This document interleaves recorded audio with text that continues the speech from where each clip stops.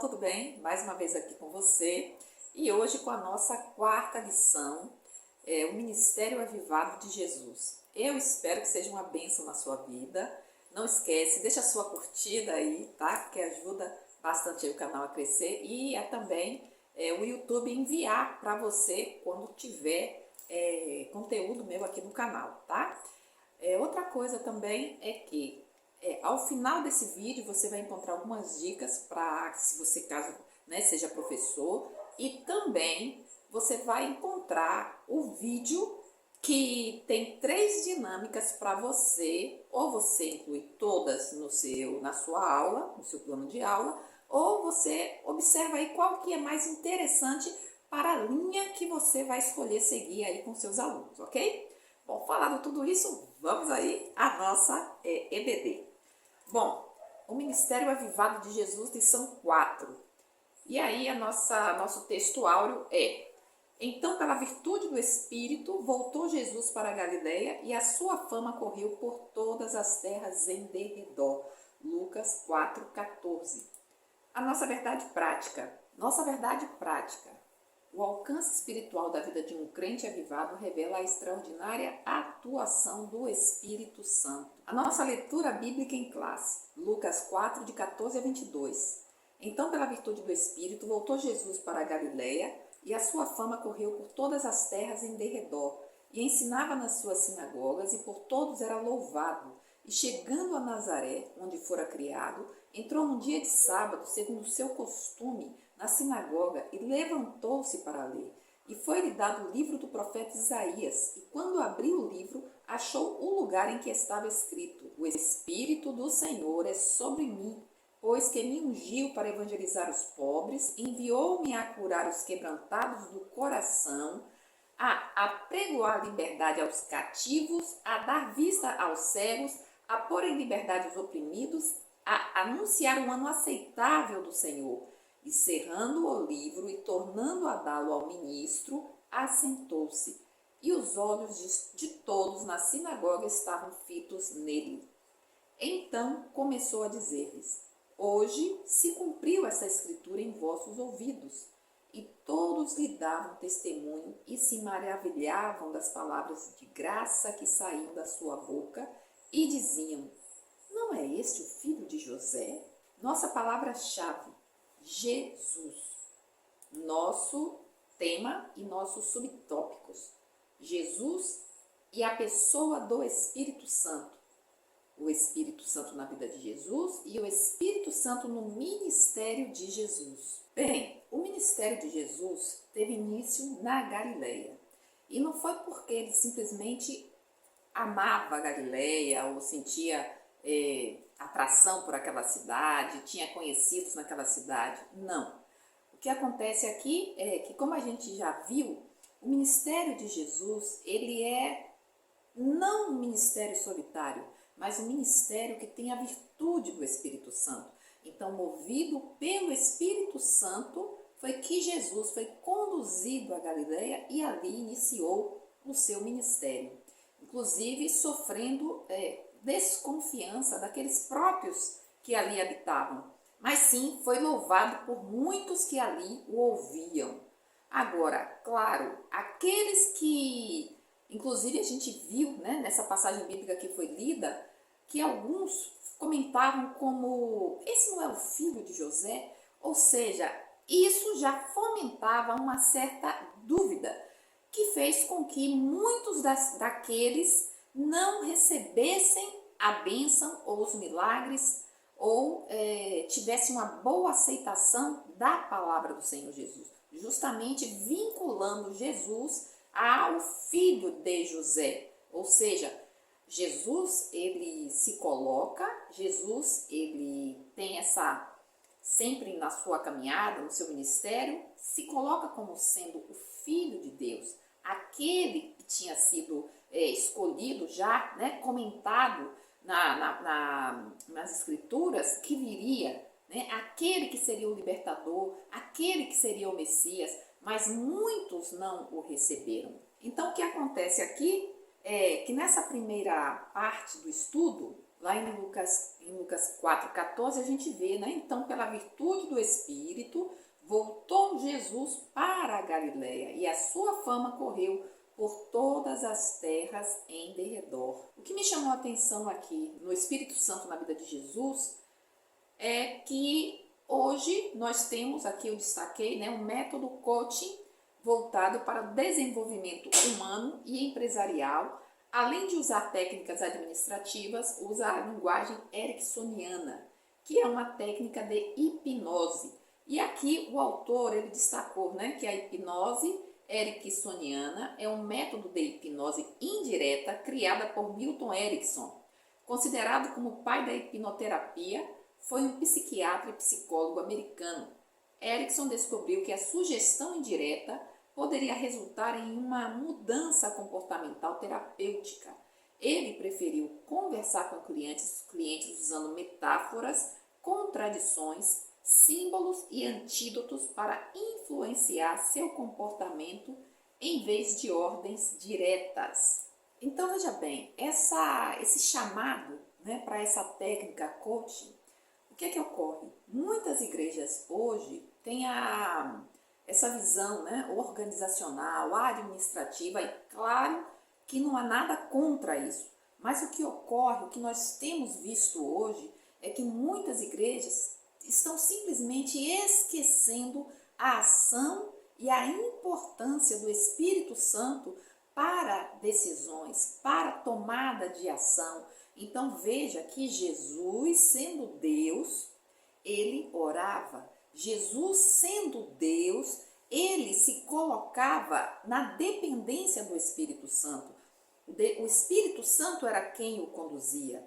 E hoje o que nós temos visto é que as pessoas elas estão caminhando por si próprias, né? Por aquilo que elas acham que é o melhor, sem se preocupar muito com a questão do Espírito Santo, da decisão do Espírito Santo, o que o Senhor quer para a vida, para a ação, para a direção que a igreja, que cada uma precisa tomar. Nós não podemos esquecer quem é o Espírito Santo em nossas vidas. Jesus Cristo disse: eu sou a videira e vós sois as varas.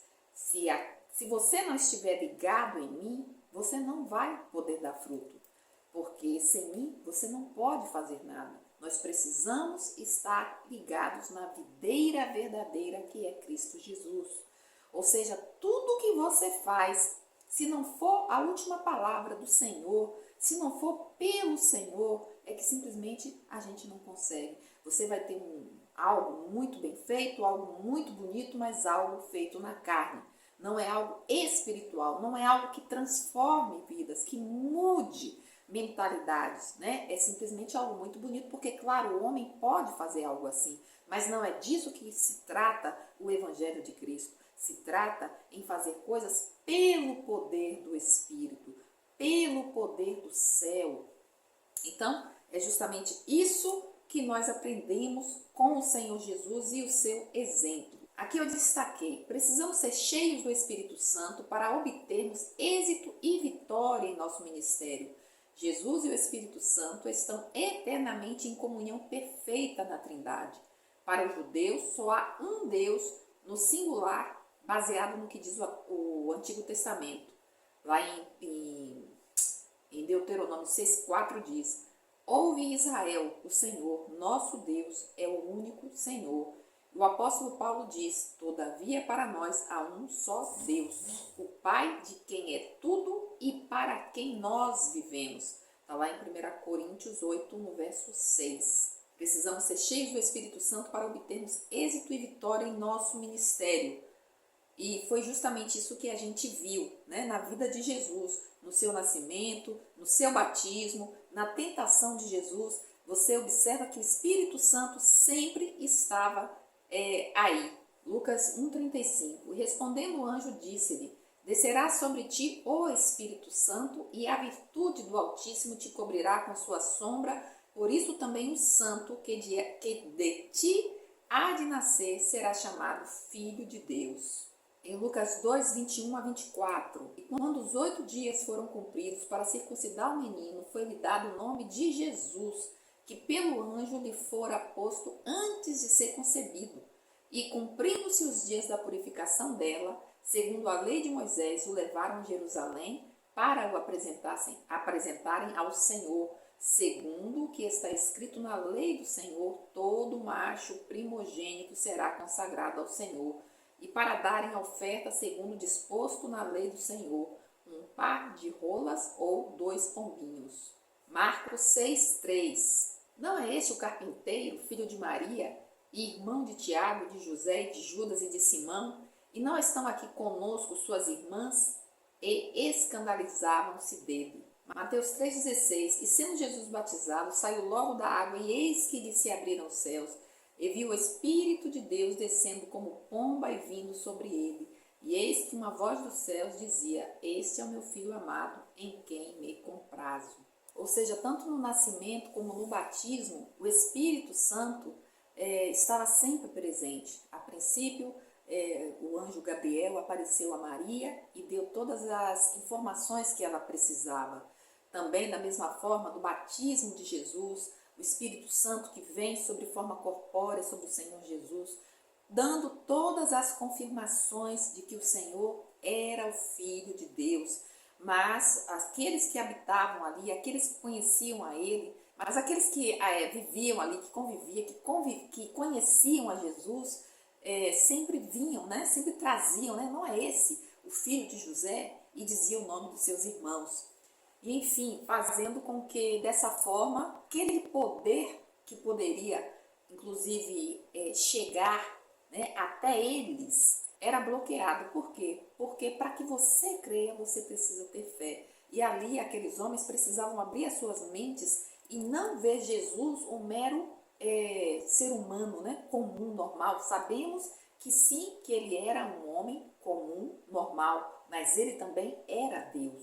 Ele era um homem comum porque ele foi concebido, nasceu através de Maria, né, mas foi concebido pelo Espírito Santo, ou seja, Deus e o homem.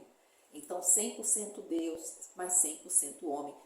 Jesus, ele sabia e ele conhece todas as dores humanas, ou seja, ele passou por todas as experiências que você e eu passamos, sofremos, vivemos.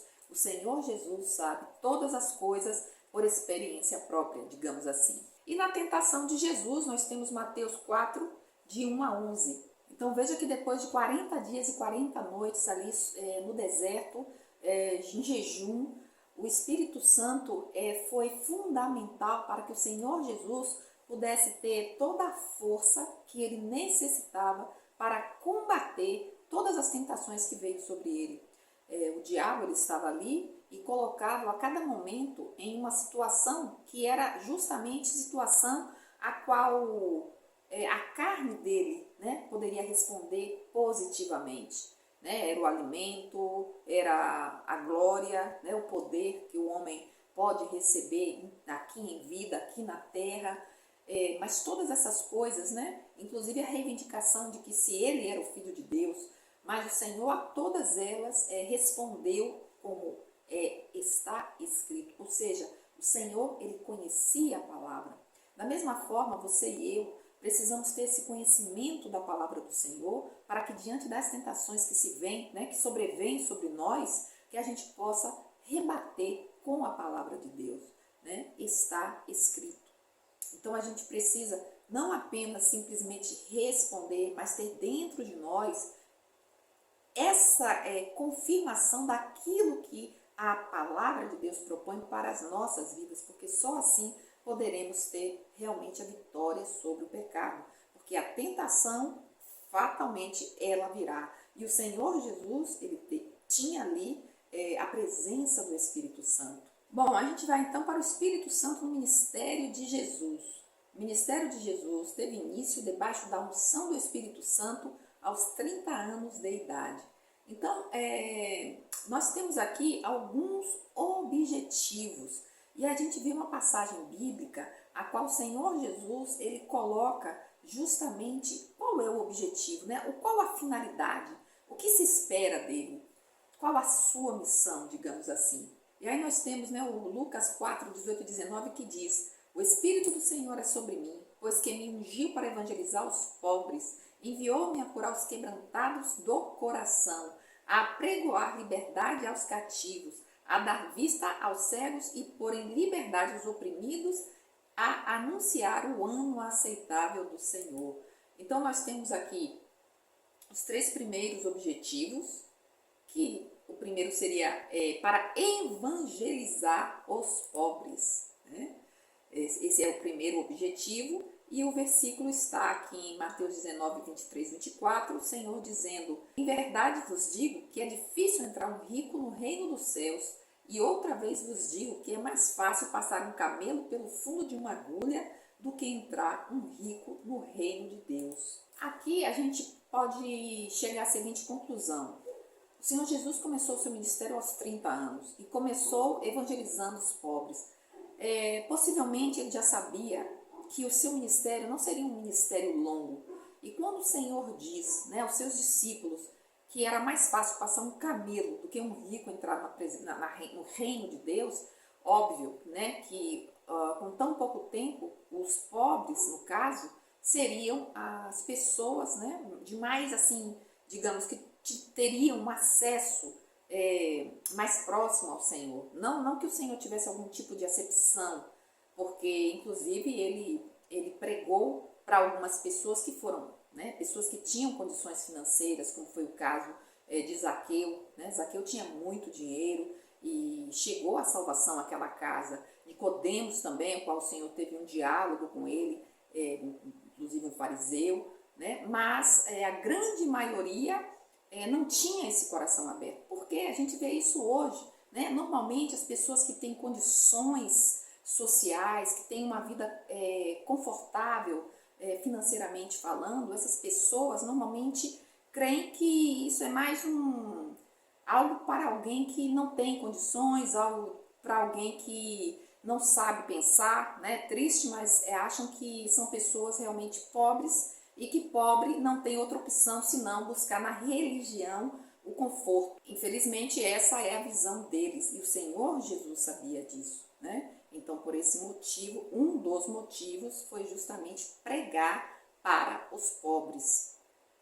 Graças a Deus que nem todas as pessoas que têm condições financeiras, né, pensam assim, mas reconhece o Senhor como o Senhor todo-poderoso, o Senhor que é Senhor de todas as coisas, Criador do céu e da terra, inclusive das suas próprias vidas. Inclusive, a gente pode até pensar no Velho Testamento, né, e ver pessoas que, né, os próprios reis, o rei Davi, por exemplo, o rei Salomão, e alguns que o reconheciam, né, que reconhecia a divindade, que reconhecia Deus como todo-poderoso, e que sem Deus eles não seriam nada, né? Então, a melhor coisa que um homem pode fazer aqui na terra é reconhecer a sua finitude, porque a gente sabe que cada um dia dará conta das suas ações aqui na terra. Você pode ter toda a riqueza, como o próprio Senhor Jesus, ele muitas vezes, né, pregou, né? O que adianta o homem ganhar todo o mundo, ter todas as riquezas, mas perder a sua alma? Então, o homem inteligente, seja pobre, seja rico, porque sabemos que mesmo assim, né, o evangelho chegando para os pobres, Jesus pregando para esses em primeiro lugar, mesmo assim, muitos que não têm condições, ainda assim rejeitam o Senhor e sofrem as consequências, né? Então, que cada homem possa reconhecer em Deus essa divindade, né? Essa soberania, esse poder que está em suas mãos. Mas enfim, o segundo objetivo era curar os quebrantados do coração. E aí, lá em Mateus, no Salmo 34, 18 e Mateus 11, 28, nós temos duas passagens bíblicas, duas passagens. Perto está o Senhor dos que têm o coração quebrantado e salva os contritos de espírito. E vinde a mim todos os que estáis cansados e oprimidos, e eu vos aliviarei. E aqui o significado é justamente que esse coração quebrantado é um coração humilde, um coração que está disposto a ir até a presença do Senhor, né? A receber do Senhor o refrigério, a transformação, né? A mudança de mente, ou seja, submeter-se à vontade de Deus. E essa palavra, né, submissão, submeter-se. Hoje nós estamos vivendo um tempo em que como eu poderia dizer, a ideologia, digamos assim, é uma ideologia de que faça o que você achar melhor da sua vida, faça o que te dá ganas, né, de fazer, faça aquilo que você tenha essa felicidade, essa alegria, né, que ninguém manda em você, você é dono da sua vida. Ou seja, você observa, inclusive, né, de uma maneira subliminar, através de anúncios, através de tanto anúncios de internet, de televisão, de revista, para crianças inclusive, né?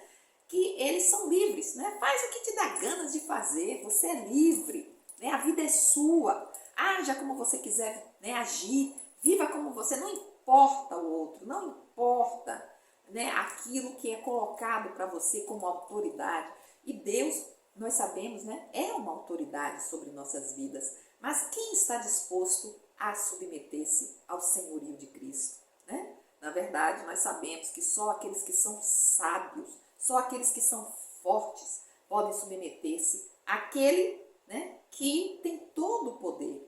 Aquele que você, diante dele, você não é nada. Você não pode coisa alguma, como a gente leu agora, né, em João, né? Sem mim, nada podeis fazer, nada. Mas quem pode reconhecer isso? Só o homem que é humilde, só o homem que está realmente disposto a submeter-se à palavra do Senhor, à vontade do Senhor. O terceiro objetivo é apregoar liberdade aos cativos.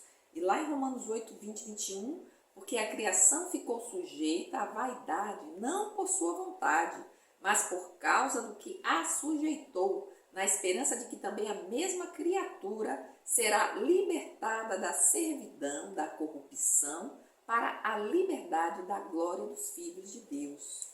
Aqui veja que interessante, né? Porque aqui ele fala sobre da libertação aos cativos. Você era cativo, eu da mesma maneira, né? E o Senhor cumpriu a missão dele nas nossas vidas. Mas ainda há muitos que estão cativos do inimigo. Por quê? Porque com o pecado, com a queda, né, do original, né, de Adão e Eva, o que ocorre é que a criação, toda ela está cativa, né? Toda ela necessita essa libertação do Senhor. E então o homem hoje, né, como eu acabei de falar, pensa que são livres, pensam que fazendo o que dá na cabeça, isso é liberdade, né? Isso é ser completamente dono de si.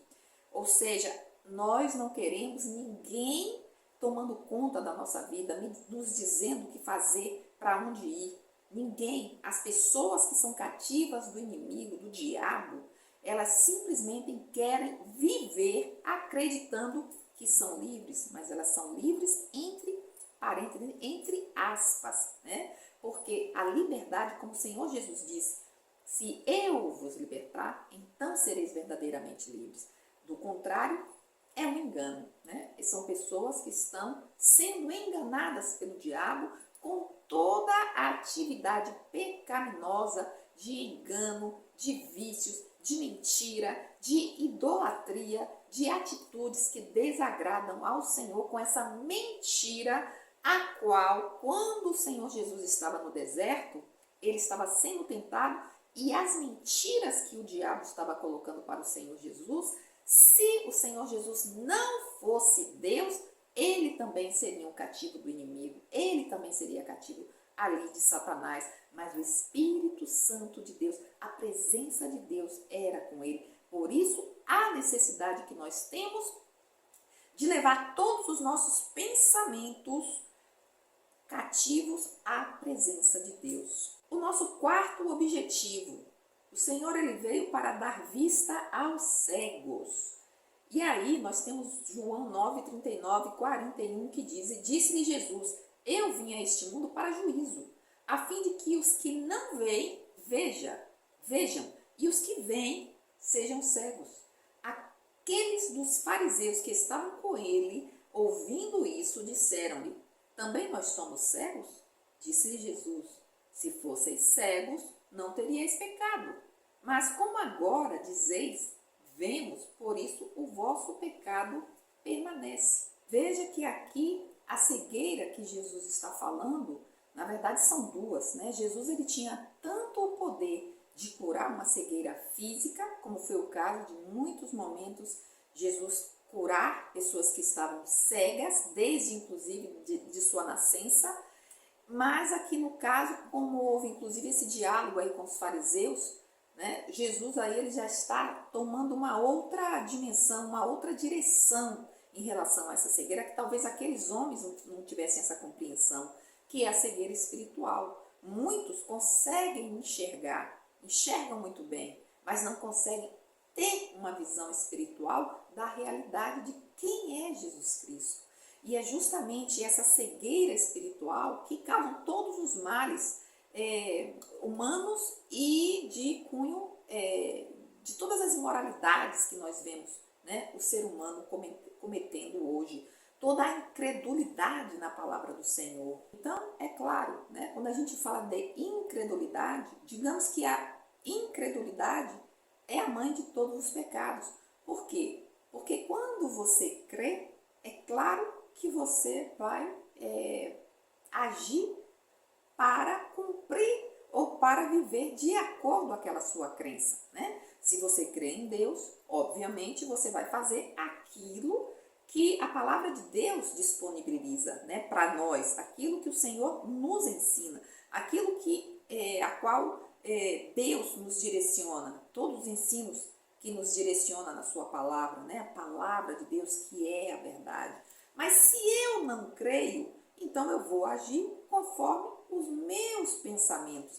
Então o homem ele está sempre buscando, ou ele é o seu próprio Deus, ou ele coloca outras situações, outras coisas, outras crenças na sua vida como o Deus da sua vida. No entanto, a gente tem que entender que Deus só há um, que é Jesus Cristo, né? Deus. Não há outra coisa, não há uma outra situação, não há uma crença que possa assumir o lugar de Deus. É isso que a gente tem aprendido com o Senhor e foi isso que o Senhor veio fazer, né? Ele veio dar visão aos cegos, não somente os fisicamente falando, mas os espiritualmente falando, que era eu e que também você. 1 João 1,7. Mas se andarmos na luz, como ele na luz está, temos comunhão uns com os outros, e o sangue de Jesus Cristo, seu Filho, nos purifica de todo o pecado. Então, por exemplo, né, essa cegueira leva as pessoas à guerra, né, leva à destruição dos jovens que a gente tem visto através das drogas, através da prostituição, o poder, né, que os homens têm buscado em guerras, né, quem tem mais, nas próprias religiões com falsos deuses como o budismo, o shintoísmo, na Índia com a adoração de animais, né? Então, justamente essa é colocar outros deuses no lugar do Deus verdadeiro. Então, é justamente, né, quando Jesus ele diz, eu sou a luz do mundo, é a luz que ilumina e que nos faz, né, enxergar, porque quando a gente anda no escuro, nas trevas, a gente não consegue enxergar para onde a gente está indo. A gente não consegue ter uma dimensão daquilo que está ocorrendo. Então, por esse motivo, Jesus disse, eu sou a luz do mundo. Né? Quem segue a ele não vai andar em trevas. Quem segue a ele sabe muito bem para onde vai. Né? Quando você anda com Jesus, você sabe a direção que você deve tomar. E ainda o quinto objetivo é pôr em liberdade os oprimidos. Jesus falou, vinde a mim todos os que estáis cansados e oprimidos, e eu vos aliviarei. Tomai sobre vós o meu jugo e aprendei de mim, que sou manso e humilde de coração, e encontrareis descanso para a vossa alma, porque o meu jugo é suave e o meu fardo é leve. Então veja, aqui Jesus fala, né? Vinde a mim, os que estáis cansados e oprimidos, e eu vos aliviarei. Veja que a partir do momento em que o homem assumiu o governo, o mundo não se tornou um mundo melhor. Pelo contrário, o que a gente vê hoje é uma opressão tamanha, né, de muitos países que são, por exemplo, de política ditatorial, onde pessoas não podem, inclusive, escolher a religião que deseja, que quer seguir. Países que, inclusive, é proibido um culto que seja transmitido online. Ou seja, não há nenhum tipo de liberdade. Existe sim essa opressão maligna a qual essas pessoas não conseguem enxergar que é uma opressão maligna, né? Que eles estão sendo cuidados, né? Digamos assim, cuidados, né? Por um inimigo invisível ao qual eles não conseguem ver, que é o diabo aí, né? Tomando as rédeas dessa situação. Ele está sendo dominado por um inimigo invisível ao qual ele pensa que é completamente livre, mas a liberdade não está nessa situação a qual ele está vivendo. Essa liberdade o está levando a uma destruição pouco a pouco, né? Até culminar no fim, né, da sua vida e no momento em que ele vai ter que comparecer realmente àquele que tem o domínio de todas as coisas. E por último, o sexto objetivo é anunciar o ano aceitável do Senhor. Lá em Romanos 6, 17, 18 e 22. Paulo diz: mas graças a Deus que tendo sido servos do pecado, obedecestes de coração à forma de doutrina a que fostes entregues e, libertados do pecado, fostes feitos servos da justiça. Mas agora, libertados do pecado e feitos servos de Deus, tendes o vosso fruto para a santificação e, por fim, a vida eterna. Então veja aqui que interessante. Jesus estava ali na sinagoga e entregaram a ele um pergaminho. E nesse pergaminho de Isaías estavam esses 6 objetivos ao qual ele lê, dando ali inaugurando esse tempo e senta-se. E veja o que acontece aqui, porque nesse último tópico, né, do versículo lá em Isaías 61 e 2, no último tópico, né, no 2 a gente vê apregoar o ano aceitável do Senhor. Foi isso que Jesus veio fazer. E também, porque são duas coisas, o ano aceitável e o dia da vingança do nosso Deus, a consolar todos os tristes. Mas veja aqui que o Senhor veio justamente para apregoar esse dia aceitável, e também a vingança. Só que, veja bem, não é uma coisa, foi algo, né, interessante dizer isso, que Isaías foi 700 anos antes desse dia, quando Jesus esteve aí, lendo esse pergaminho. 700 anos se passaram até que se cumprisse esse dia ao qual o Senhor Jesus, o Messias, o Libertador, o Cordeiro, né, aquele que tira o pecado do mundo, pudesse ler o que ele veio fazer aqui na terra. Ele veio cumprir toda essa missão, né? Mas, né, apregoar o ano aceitável, isso ele veio fazer. E é interessante também algo que é para se falar, que tem a ver com o ano do jubileu.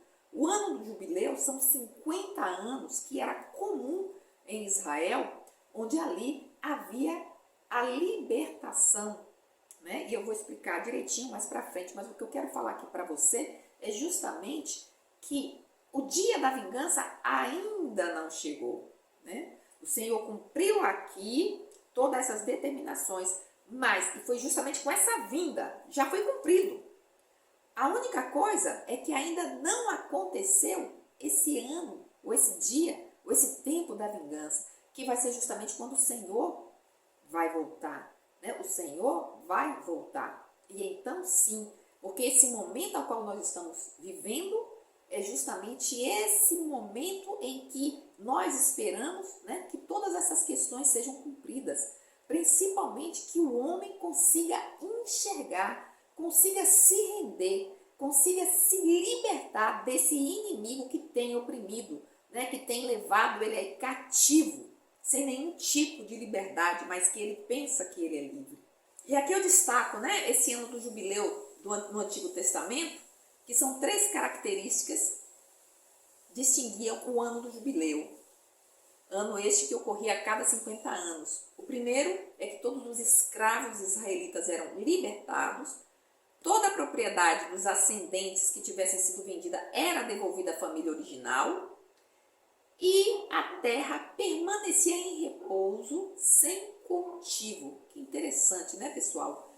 E o propósito de Deus ao instituir esse ano especial era garantir a justiça e impedir os ricos de acumular riquezas e adquirir terras às custas dos pobres. Então veja que o Senhor Jesus, com o ano aceitável, ele inaugura esse tempo de libertação da escravidão do pecado para todo ser vivente, para todo homem que nele creia, né? A liberdade, a libertação do mundo, da carne e do diabo, né? Deus, ele tem pleno poder para nos libertar. Se eu vos libertar, verdadeiramente sereis livres. E você e eu, que já tomamos essa decisão, temos essa liberdade na nossa carne, no nosso espírito. O Senhor nos dá essa libertação, essa liberdade. O Senhor nos abraça com o seu amor. E é isso que nós precisamos orar, para que esse mesmo amor que nos abraçou possa abraçar toda a humanidade. Amém? E aí a gente vai para a nossa sinopse, que diz assim: o Espírito Santo teve uma participação ativa na vida e no ministério de Jesus. O nosso segundo tópico, nosso segundo tema e subtópicos, Jesus e a oração no seu ministério. Qual o valor da oração? Uma vida de oração. Bem, aqui eu destaco, né, o valor da oração. Diz assim: Jesus incluiu o ensino sobre como orar e disse para eles que não deveriam orar como os hipócritas, que oravam em pé nas sinagogas e às esquinas das ruas para serem vistos pelos homens. Bem, Jesus, na sua missão, ele foi um exemplo nessa disciplina da oração. O Senhor Jesus, muitos e muitos momentos nos evangelhos, a gente vê Jesus com essa relação com o Pai, de oração, né, de diálogo, de comunhão. Né? O Senhor, ele foi um verdadeiro exemplo. Né? Jesus, ele era homem, ele era Deus, e ele precisou renunciar a muitos dos seus aspectos divinos para poder cumprir a sua missão. Lá em Filipenses, a gente lê assim: de sorte que haja em vós o mesmo sentimento que houve também em Cristo Jesus, que sendo em forma de Deus, não teve por usurpação ser igual a Deus, mas aniquilou-se a si mesmo, tomando a forma de servo, fazendo-se semelhante aos homens, e achando na forma de homem, humilhou-se a si mesmo, sendo obediente até a morte e morte de cruz. Então veja que aqui Paulo, ele nos pede, né? Ele roga, ele coloca que também nós devemos ter esse mesmo sentimento de submissão. Né? O Senhor, ele abriu mão da sua divindade para cumprir uma missão que ele tinha, né? Que estava proposta, que estava sobre os seus ombros. E então nós também, né, é o que o apóstolo Paulo ele coloca, né, que a gente também tem esse mesmo sentimento, né? Não o sentimento de ser maior que o outro, dessa glória, né? E ao mesmo tempo, da mesma forma que o Senhor, ele estava sempre em oração, sempre em comunhão, sempre buscando, né, o Pai, né, sempre buscando uma direção através dessa oração, que você, que eu, que a gente aprenda, porque precisamos aprender a ter essa comunhão com o Pai, essa comunhão, porque veja que Jesus, ele tinha essa comunhão com o Pai, ele sabia que Deus estava aí e ele dialogava com o Senhor. Essa também tem que ser a nossa experiência, essa também tem que ser a nossa consciência de tudo que fizermos, né? Fazer debaixo dessa unção da oração, dessa confiança que quando você ora, o Pai ouve, né? O Pai dá direcionamento, ele abençoa, ele dirige os passos. Jesus, ele valorizou a oração através da oração do Pai Nosso, né? Como quando ele nos ensina e ele diz: e orando não useis de vãs repetições como os gentios, que pensam que por muito falarem serão ouvidos. Não vos assemelheis, pois, a eles, porque o vosso Pai sabe que vos é necessário antes de vós lhe o pedirdes. Bem, Jesus viveu em oração. Mesmo Jesus sendo Deus, ele buscou Deus em oração em muitas ocasiões de sua vida. Uma delas no batismo, lá em Lucas 3, 21. E aconteceu que, como todo o povo se batizava, sendo batizado também Jesus, orando ele, o céu se abriu. E o Espírito Santo desceu sobre ele em forma corpórea, como pomba. E ouviu-se uma voz do céu que dizia: Tu és o meu filho amado, em ti me comprazo. E ainda para escolher os seus discípulos, lá em Lucas 6, de 12 a 16. E aconteceu que naqueles dias, subindo ao monte a orar, e passou a noite em oração a Deus. E quando já era dia, chamou a si os seus discípulos e escolheu 12 deles, a quem também deu o nome de apóstolos: Simão, ao qual também chamou Pedro, e André seu irmão, Tiago e João, Filipe e Bartolomeu, Mateus e Tomé, Tiago, filho de Alfeu, e Simão, chamado Zelote, Judas, filho de Tiago, e Judas Iscariotes, que foi o traidor.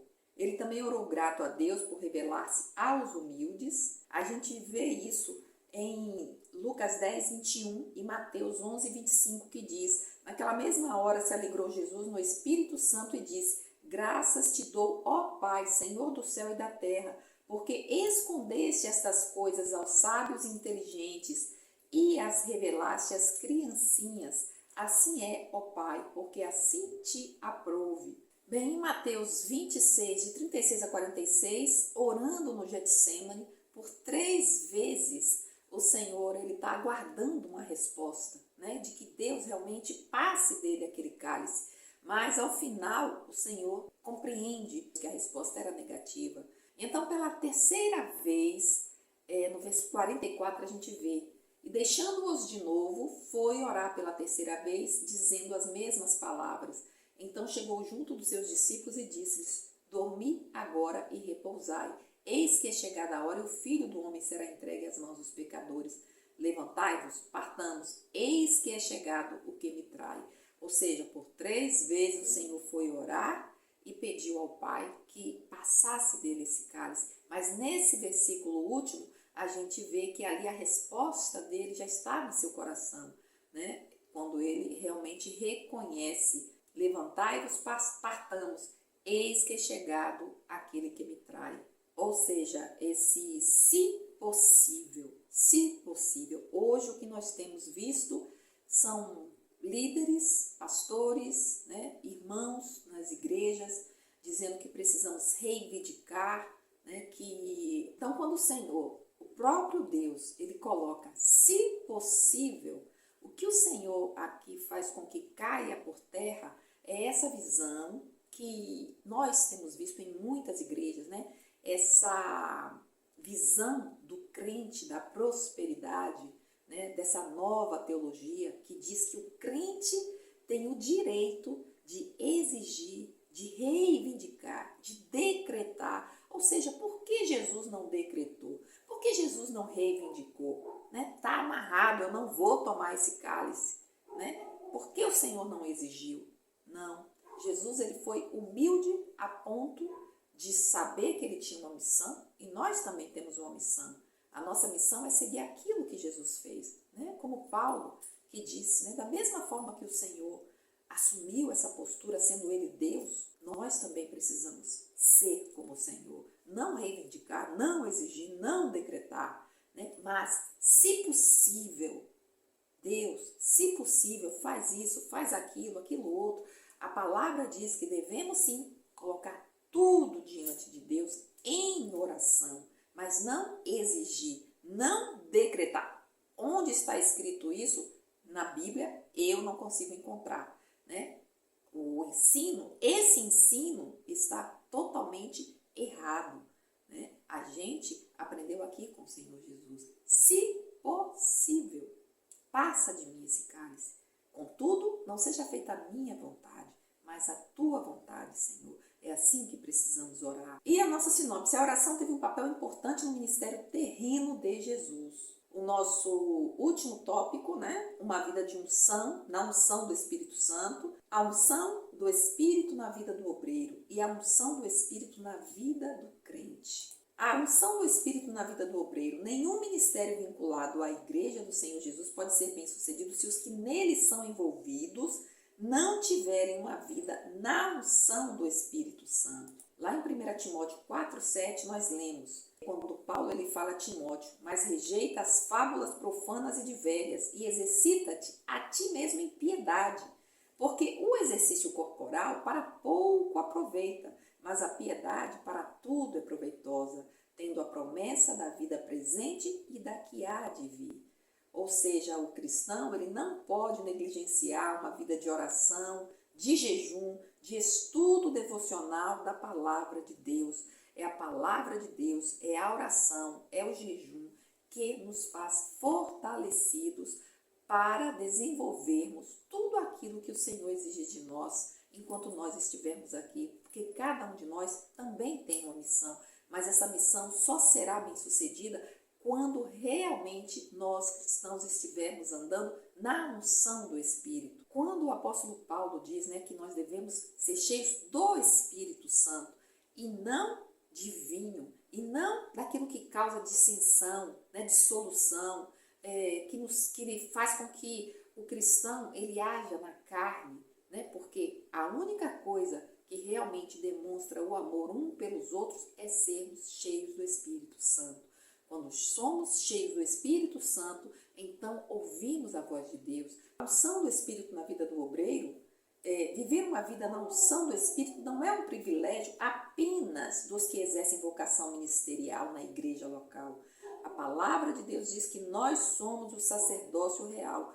Por quê? Porque muitas vezes os cristãos eles acham que porque uma pessoa está numa liderança na igreja, ou é o pastor, ou qualquer que seja a liderança. Então, essas pessoas, esses irmãos, sim, precisam ser cheios do Espírito Santo, ter uma vida realmente aos pés de Cristo, em oração, em leitura. Pedro reconhece que nós somos o sacerdócio real. Nós, cada um, você e eu, precisamos estar buscando essa presença do Senhor. Precisamos estar buscando a unção do Espírito, sermos cheios do Espírito, estarmos mergulhados no Espírito. Aqui em 1 Pedro diz: mas vós sois a geração eleita, o sacerdócio real, a nação santa, o povo adquirido, para que anunciei as virtudes daquele que vos chamou das trevas para a sua maravilhosa luz. Pedro aqui está nos chamando a uma ação, ou seja, a responsabilidade não é somente de quem está na liderança, mas de todos nós.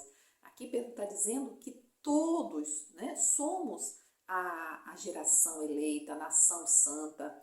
Aqui para quê? Para anunciar as virtudes do que vos chamou das trevas para a sua maravilhosa luz. Ou seja, nós temos uma missão e precisamos andar no Espírito Santo. Se nós não andamos, se nós não temos a unção do Espírito, como que nós vamos conseguir desempenhar a nossa função? Se Jesus, sendo Deus, caminhou, andou, cumpriu sua missão, justamente com essa unção, com a presença do Espírito Santo, muito mais você e eu, não é verdade? Bom, pessoal, a nossa sinopse: Jesus teve uma vida de serviço sob a confirmação do Espírito Santo. Para os professores, não esqueça, dá uma pausa aí no vídeo, veja aí algumas ideias que eu deixo, e ao final do vídeo, você vai encontrar aí um vídeo com 3 dinâmicas para auxiliar, para ajudar você aí em sua aula, caso seja essa a sua realidade, tá? Aí ou você coloca todas as 3, ou você escolhe uma ou outra conforme a maneira como você vai caminhar aí na apresentação da sua lição. Nossa conclusão: nessa lição vimos que o Senhor Jesus teve um ministério avivado porque foi ungido pelo Espírito Santo. Ora, se o Senhor Jesus, sendo Deus, foi ungido pelo Espírito Santo para desenvolver o seu ministério, por que conosco seria diferente? Vivamos, pois, uma vida de serviço na causa do Mestre, de modo que o Espírito Santo confirme a nossa vocação, a vossa vocação. Amém? Bom, pessoal, chegamos aí a mais um final de aula. Eu espero que tenha sido bênção na sua vida. Aguardo você na próxima aula, tá? Um beijo grande, fica com Deus e até a próxima. Bye, bye!